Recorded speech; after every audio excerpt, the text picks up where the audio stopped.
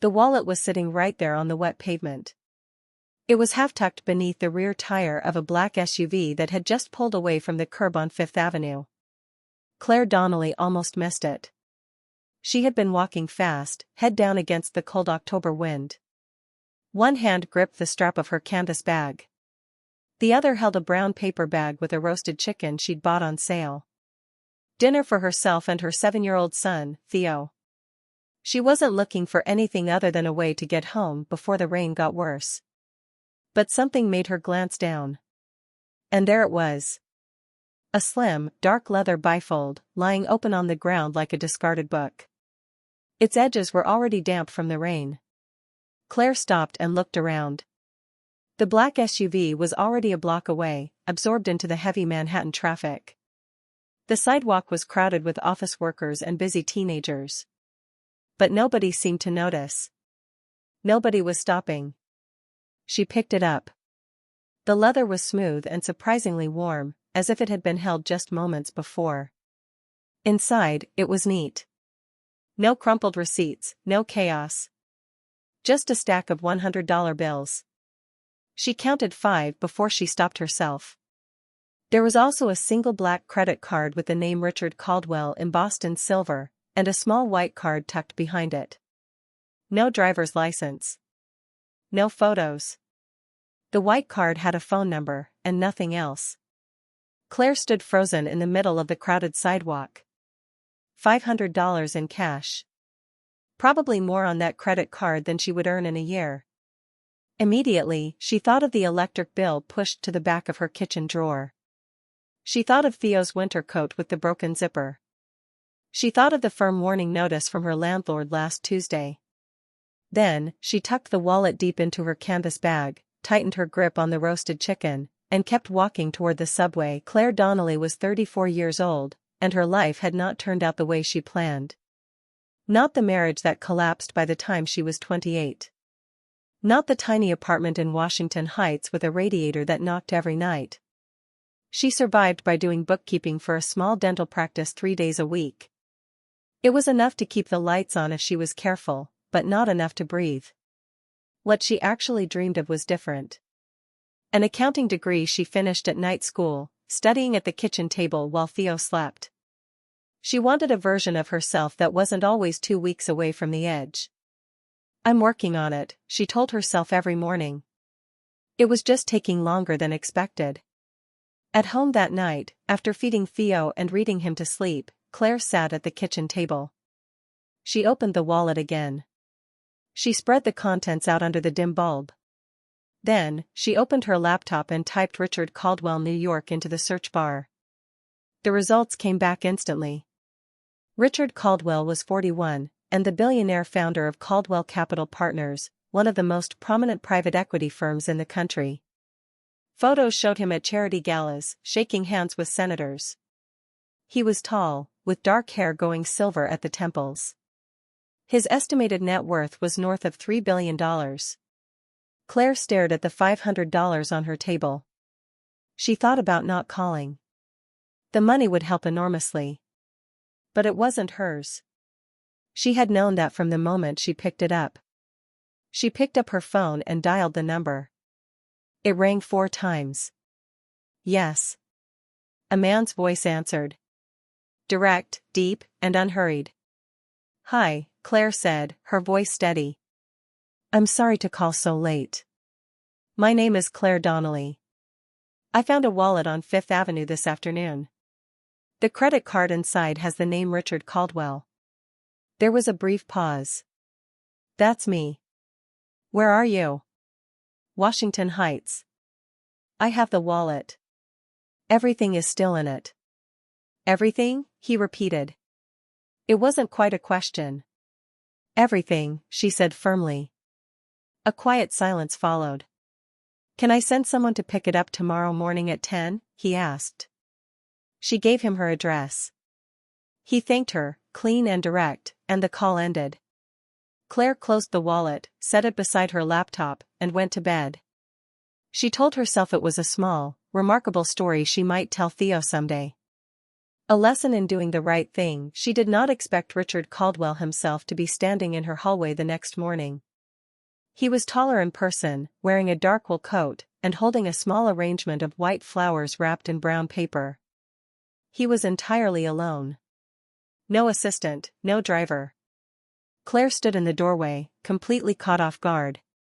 "Mr. Caldwell." "Miss Donnelly," he said, holding out the flowers. "I wanted to bring these myself.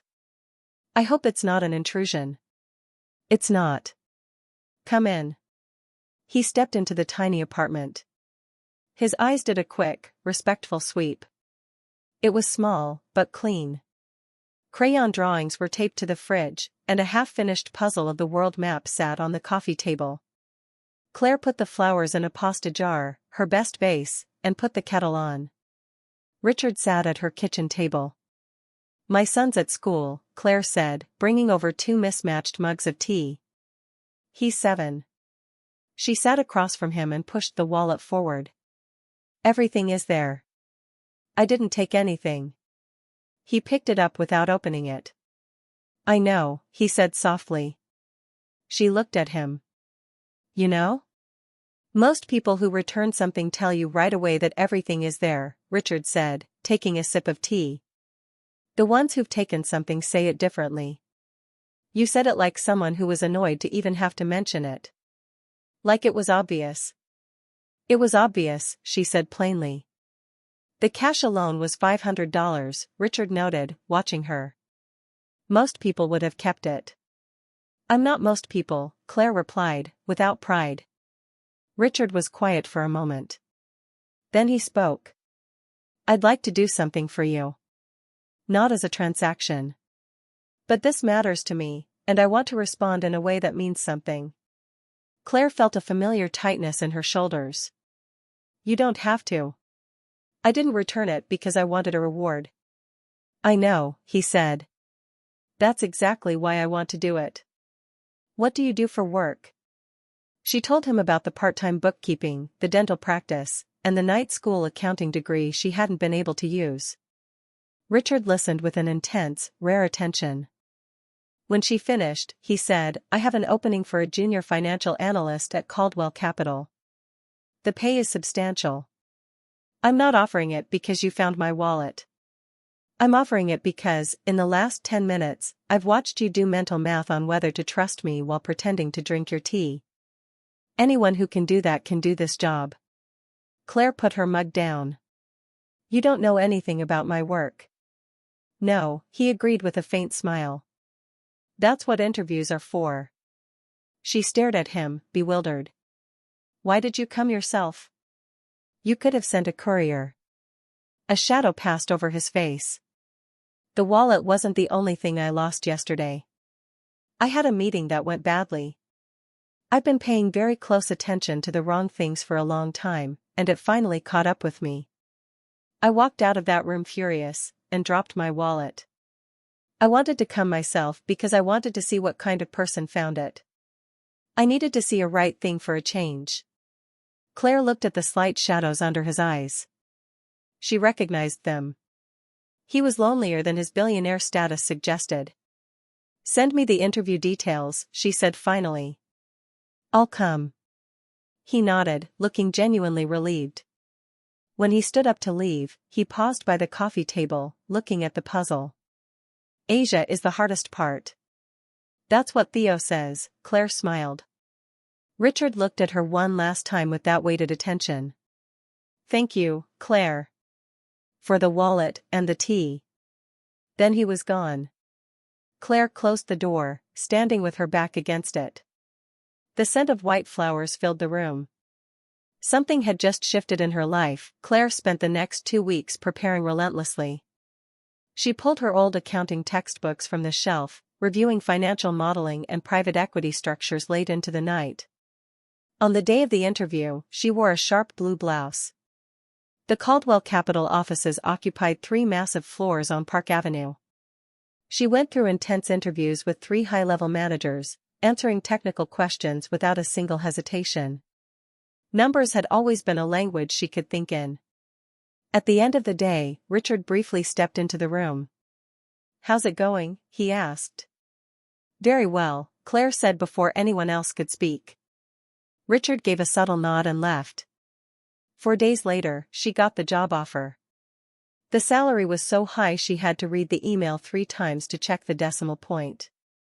By November, she was fully immersed in the corporate world. She was good at it. She was thorough, methodical, and quickly earned the respect of her team. She didn't see Richard often due to his chaotic schedule, but when they crossed paths in the hallway, he would ask about Theo's new solar system puzzle. The professional distance between them remained, but there was an unspoken warmth.